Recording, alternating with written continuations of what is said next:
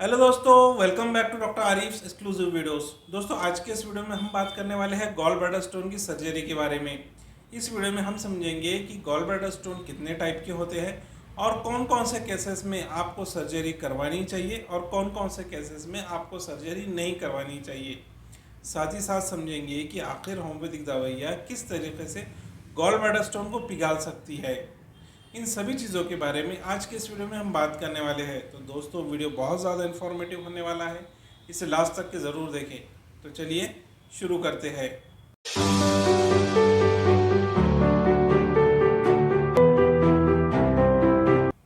लेकिन उससे पहले अगर आप मेरे चैनल पर नए हैं और आपने अभी तक मेरे चैनल को सब्सक्राइब नहीं किया है तो चैनल को सब्सक्राइब कर ले और बाजू में लगे बेल आइकन को दबा दे ताकि आपको मेरे आने वाली वीडियो की नोटिफिकेशन मिलती रहे।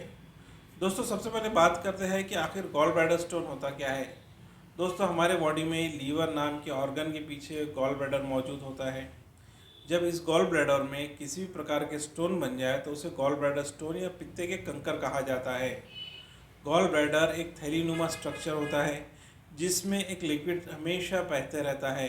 ये लिक्विड आप जो खाने में फैटी सब्सटेंस लेते हैं या हाई कार्बोहाइड्रेट और हाई स्टार्च डाइट लेते हैं, इसे पचाने का काम करता है। इसी में से निकलने वाले कुछ केमिकल्स जैसे कि बिलिरुबिन और बिलिवर्डिन आपके खाने में मौजूद फैट को डाइजेस्ट कराने में आपकी हेल्प करती है। जब भी इसका केमिकल कंपोजिशन डिस्टर्ब हो जाता है, यानी इस गॉल ब्लैडर में मौजूद केमिकल का कंपोजिशन डिस्टर्ब हो जाता है, तो यह स्टोन की शक्ल ले लेता है और आप सोनोग्राफी करवाने के बाद आपको पता चलता है कि आपके पित्ते में कंकर बन गए हैं। दोस्तों, बात करते हैं गॉल ब्लैडर स्टोन के टाइप्स के बारे में। गॉल ब्लैडर स्टोन आमतौर पर 3 टाइप के होते हैं। पहला होता है कोलेस्ट्रॉल स्टोन, दूसरा होता है बिलिरुबिन स्टोन और तीसरा होता है ब्राउन स्टोन।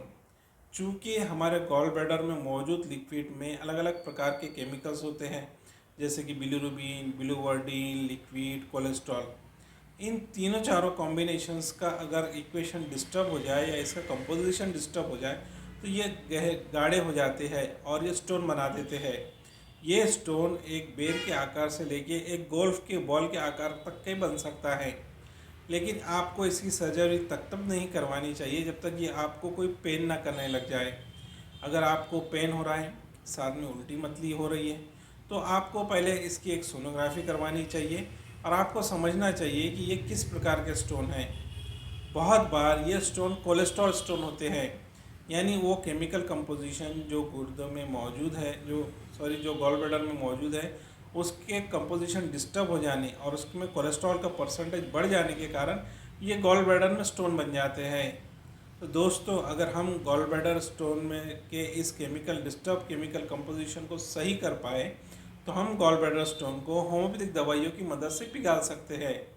यानी सिंपल सी बात है कि आप अगर उस कोलेस्ट्रॉल के लेवल को कम करते हैं और गॉल ब्लैडर में मौजूद पूरे कॉम्बिनेशंस को इक्वल चलाते हैं तो आपको पित्ते के कंकर के ऑपरेशन की बिल्कुल भी ज़रूरत नहीं पड़ेगी।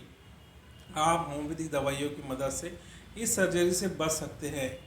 इसीलिए हम अगर इस एनालिसिस करें, इस वीडियो का समराइज समझें, तो हमको ये बात समझ में आती है कि अगर आपके बॉडी में मौजूद गॉल ब्लैडर के अंदर जो स्टोन हुआ है वो अगर कोलेस्ट्रॉल का है और आप अपनी डाइट को रिस्ट्रिक्ट करके कुछ दिनों तक होम्योपैथिक दवाइयाँ इस्तेमाल करते हैं तो आपको गॉल ब्लैडर स्टोन निकलवाने की ज़रूरत नहीं है, गॉल ब्लैडर निकालने की ज़रूरत नहीं है, पित्ते के कंकर के ऑपरेशन की ज़रूरत नहीं होगी।